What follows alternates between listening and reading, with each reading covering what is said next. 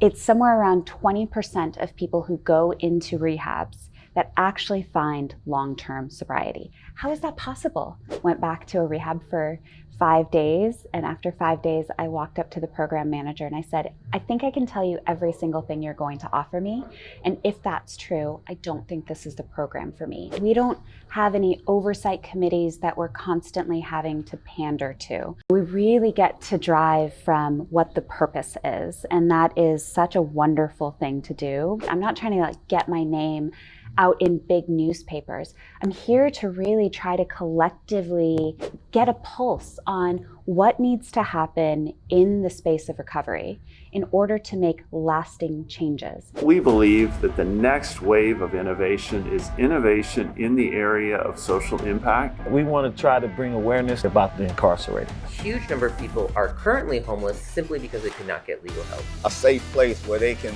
get set free. There's no hack for human connection. Codependency is an addiction. Do not try to do this big thing at once. Start with a little. When you're searching for the gold, you will get back so much more than you ever thought possible. So what do you think? The ball's in your court.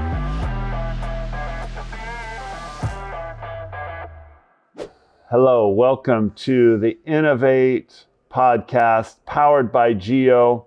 We are here in the house of Web3, in the Presidio, in the heart of Silicon Valley, right near the Golden Gate Bridge, is right out that window. You can just move over, you can actually see it. We have had so much innovation in the Bay Area. Innovation has happened all over, but yet in the same area, we're also leading in very troubling negative social trends like homelessness, human trafficking, addiction, mental illness, suicide, unequal access to justice, prison recidivism, mass incarceration. So the vision of Innovate and this whole world of Geo and the DAOs is to bring more innovation into the social services sector that we can change the world and solve the world's biggest challenges. So I'm super excited. I've been excited all day about my conversation today with Nikita. You're an amazing person, one of my favorite people.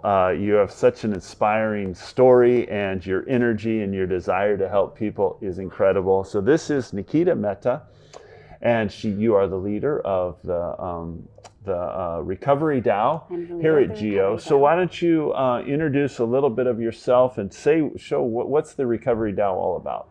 The Recovery DAO, all the DAOs are really here to do exactly what you're talking about, which is provide more of the innovation that have been happening over the past 30 years. So for our purposes, a DAO is a decentralized autonomous organization, meaning that we don't have any oversight committees that we're constantly having to pander to.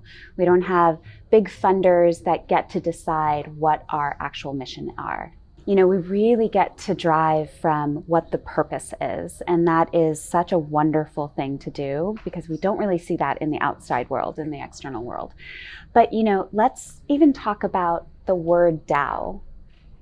Chinese Taoism, in that philosophy, DAO means the way. That's really cool. And I love that because this is the way.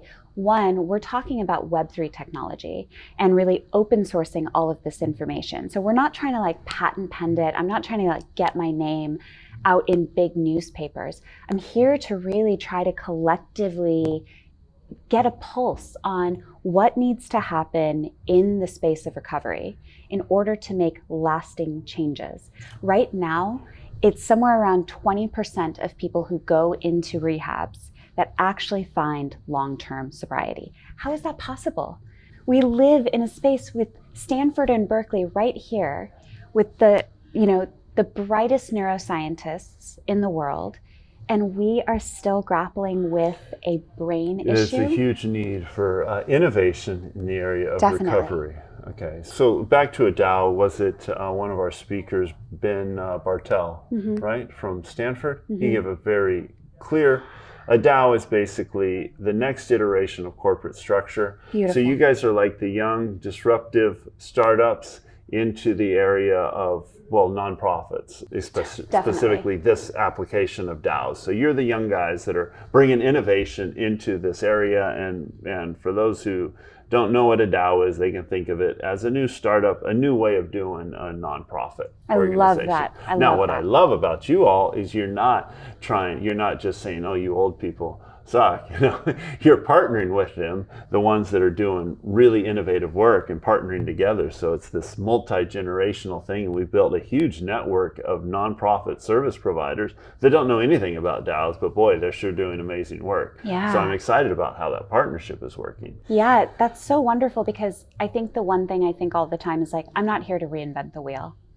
There are already so many people out there that are doing such great work, and this is all about hugging each other in. Collaboration. Exactly, collaboration. I think that the most important question in my last couple of weeks has been like, what's not working? You have already run this recovery organization. You're trying to bring innovation. Tell me what's not working. Because if we can just identify the piece of the puzzle in other organizations that are not working, and I can swoop in and be like, I can help with that. Yeah. That's wonderful, right? I don't need to reinvent the wheel. They get to access just those small pieces that really aren't. So talk a little bit about the challenge right now and the problem there, and you have personal experience with that. Thank you so much for leading that question in. I've told you before, I went to rehab 20 years ago. My first time was 20 years ago. And if I walked into 95% of the rehabs today, I could tell you exactly what packets they're going to be handing out, what videos they're going to be playing. So the last rehab that I went to was in 2023. I got really nice long-term sobriety in 2020, and then I had a relapse in 2023 and went back to a rehab for 5 days. And after 5 days, I walked up to the program manager and I said, I think I can tell you every single thing you're going to offer me. And if that's true, I don't think this is the program for me. And this is one of the best programs in the city of San Francisco. Oh man, that's And at the end of that conversation, she was like, we don't have anything to offer you, because you're right. On every single thing you just said, that is what we have to provide. How is that possible? So Let's for talk 20 about years, innovation. it hadn't changed in 20 years. It hasn't changed in 20 years.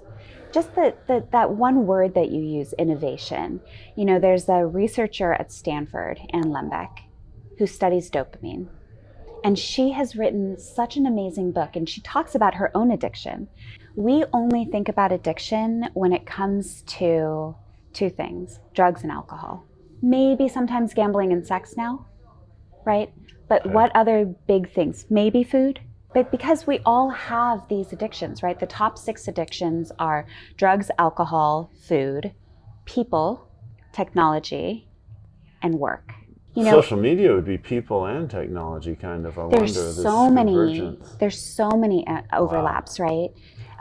Because money, right? Work, like the thing that she really gets to is, until we understand dopamine, until you have a conversation and you really understand dopamine and how it works for you, you will have something that you're grasping at. And so, she was on all these talk shows a while ago, and she said, I want you to think about what my addiction is. And she's this well-learned, well-spoken, eloquent woman. And at the end of the show, she said, my addiction is to romance novels.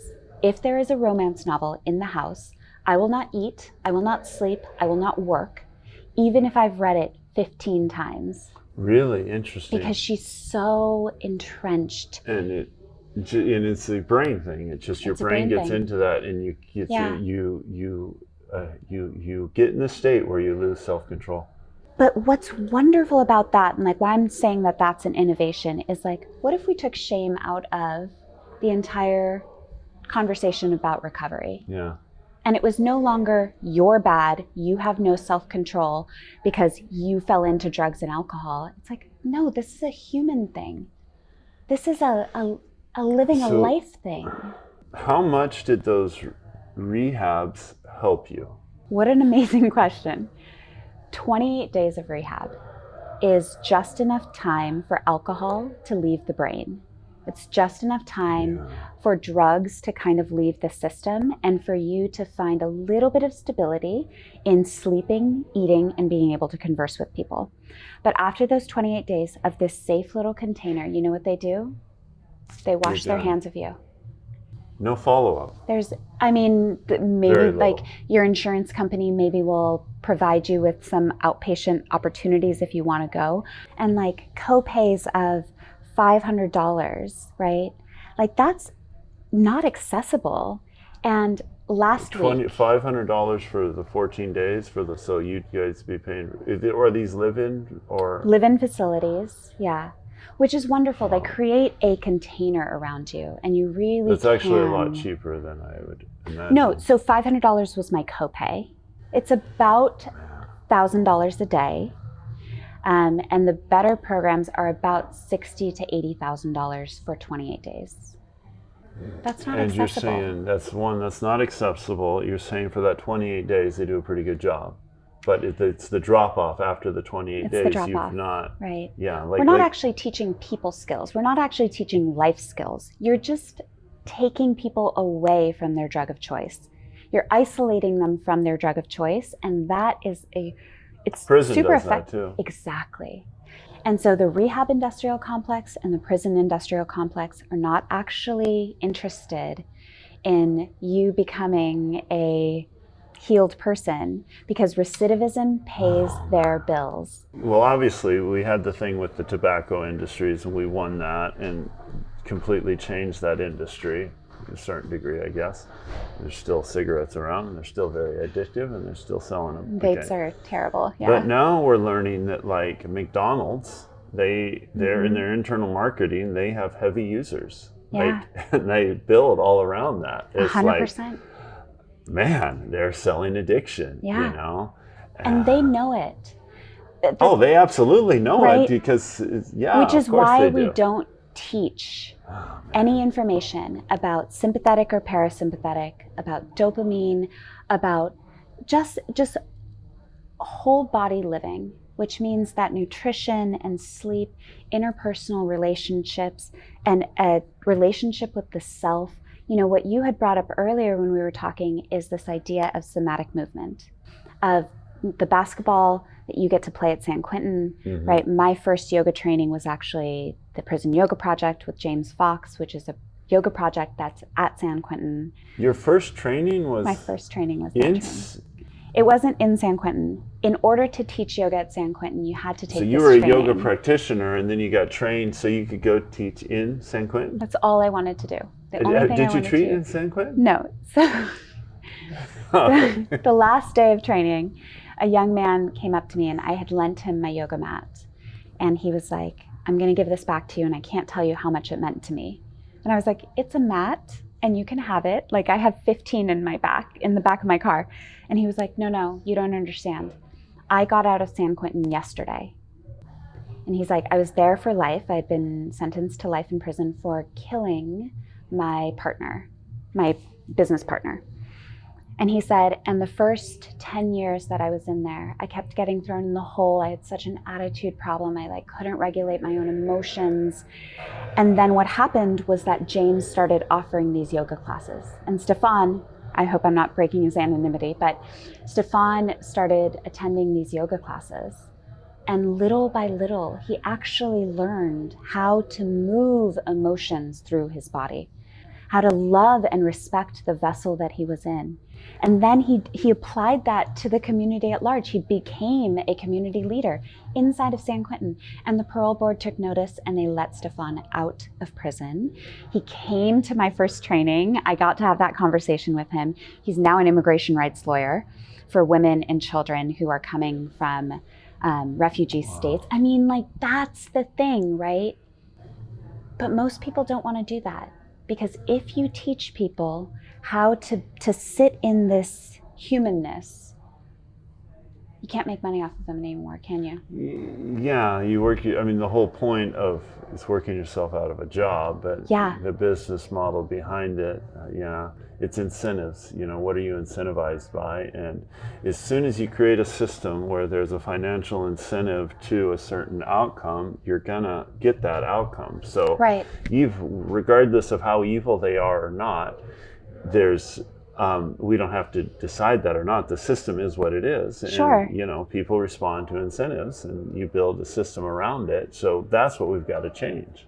So Stefan and I were talking, and James came over, and James was like, you are a wonderful instructor, and you're going to have a really wonderful career as a yoga teacher, and you can never work in a prison because I don't have the ability to kind of hold people at bay. When someone's telling me their story, I am invested.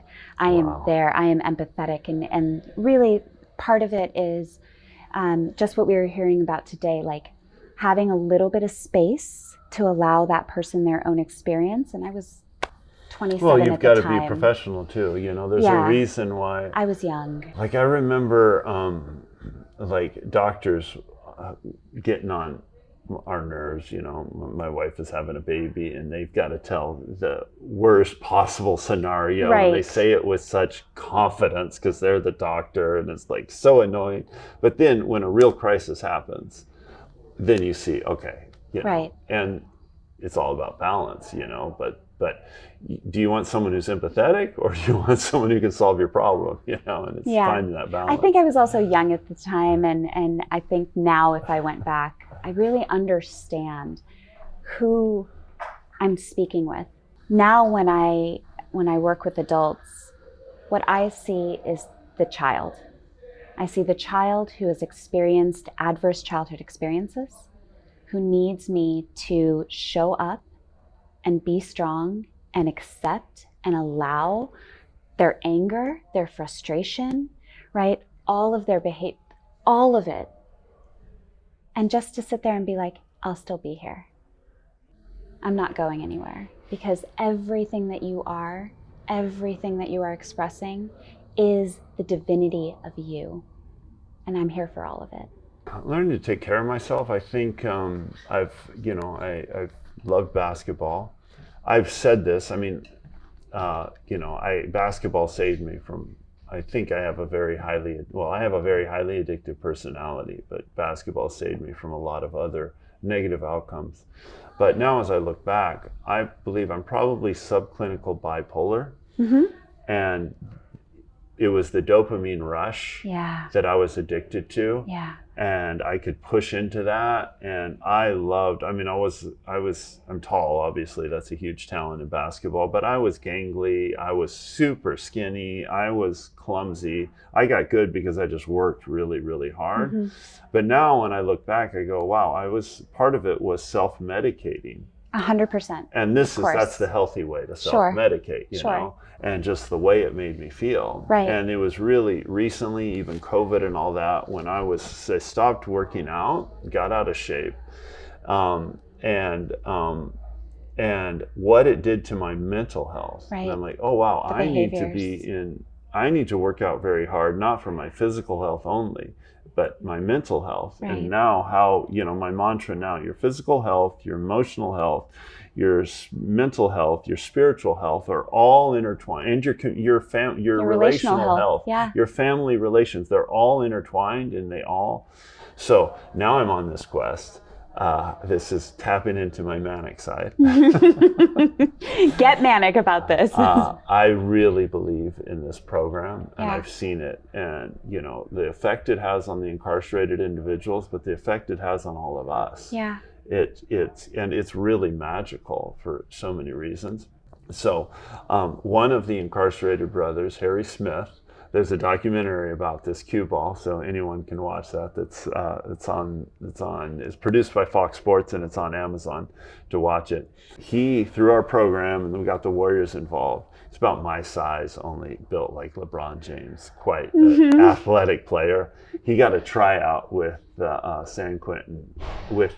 Santa Cruz Warriors when he got out. Wow. And he didn't make the team, but he didn't embarrass himself. You know, Yeah. he almost made it. Okay. So I thought, man, if Harry got a tryout, I'm going to get a tryout. I'm going to be the oldest guy ever at 53 to try out for the Santa Cruz Warriors. Yeah. And and my goal is to do it and not embarrass myself. And the whole goal is to then, say, I'm giving my best for our incarcerated brothers. Yeah. And tell this story, and use my 15 minutes of fame to highlight it on what's happening at San Quentin, these amazing programs with the dream of rolling it out to other prisons, replicating this.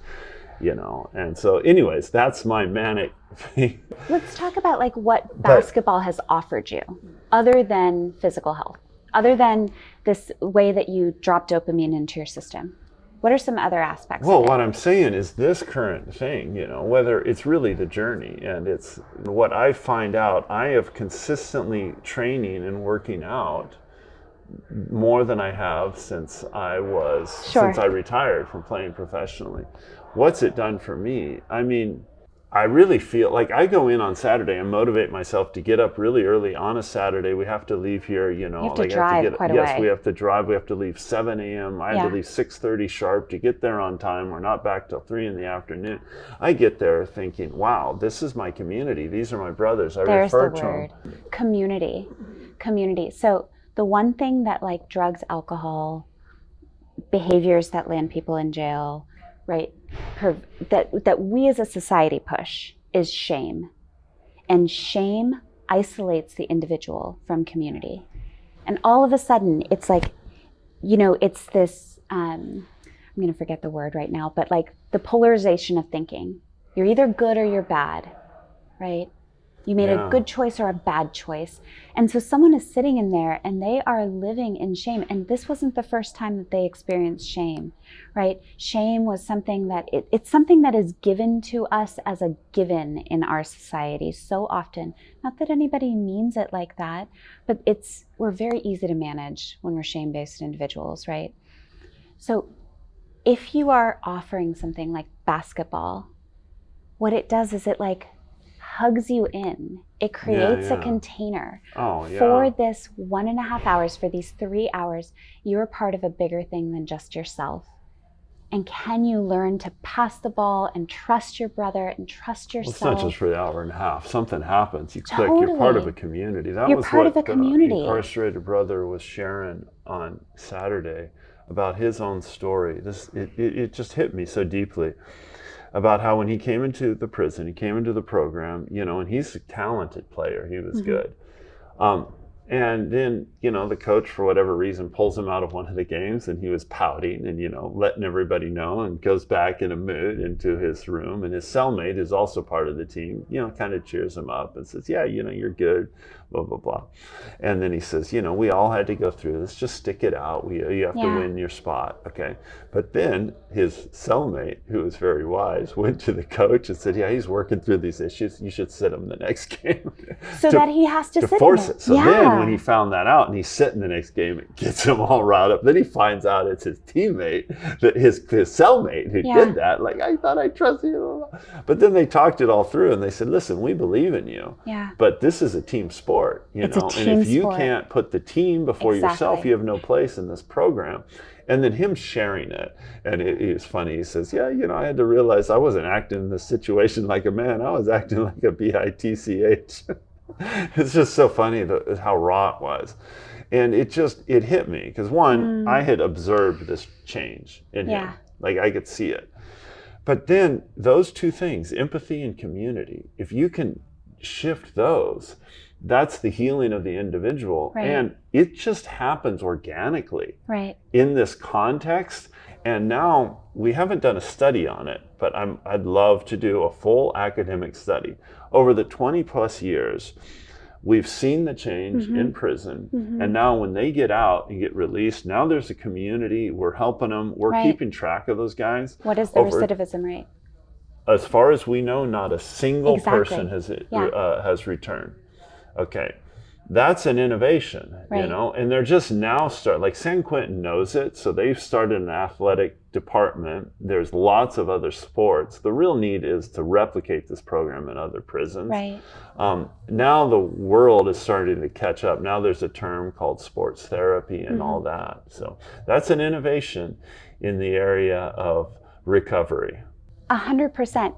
You know this story, but I just want to say it for people listening to the podcast, that there is a tribe in Africa, and when the mother is pregnant, she leaves the tribe for just a few days, and she goes out and she learns the song of the baby. And she doesn't come back until she knows the song of the baby. And she teaches everybody the song of the baby. And as she's giving birth, they're singing the song. And as that child is growing up, they're singing the song. And You know, later on in life, if something happens and that child makes a decision that maybe would end them up in prison, instead of shaming that child and pushing them farther away for community, they bring that child into the center of the town and they sing the song of the baby. And they say, like, I know who you are. You've just forgotten for a second, but I know. Like, come back in. That hasn't been happening. The power of identity.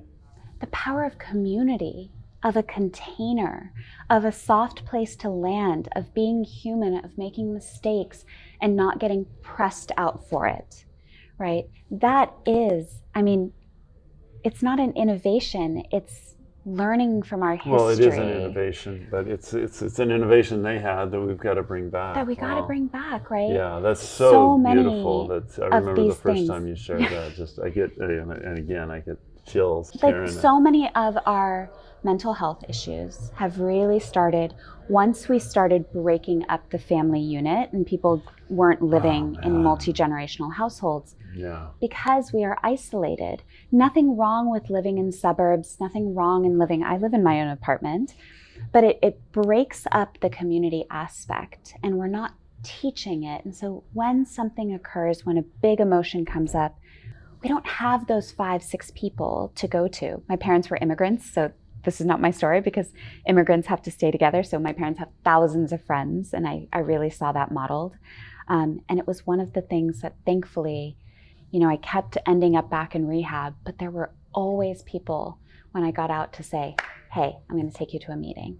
Hey, I'm gonna like sit with you through this, right? And like, let me run my course. Well, thank you so much. Thank you for sharing. Pleasure. This is a joy. We'll have to do it again. Keep updated. I love talking with you. And thank you. Thank you so much for listening. If you want to find out more about the Recovery DAO, just reach out to Nikita. Where's the best way for someone to find you? So easy. sfrecoverydao@gmail.com. I answer all the emails. You're on LinkedIn too. I think we're connected. LinkedIn, the best way to be in the know of all the things that we do is to come to the We Heart SF meetings. Yeah, We Heart SF in the Presidio. We'll have lunch for you at on Wednesdays from 12 to 1:30. And thank you so much. Thank you for watching. Thank you for your attention and for listening. And this is the Innovate podcast. So thank you so much. Thanks for having me.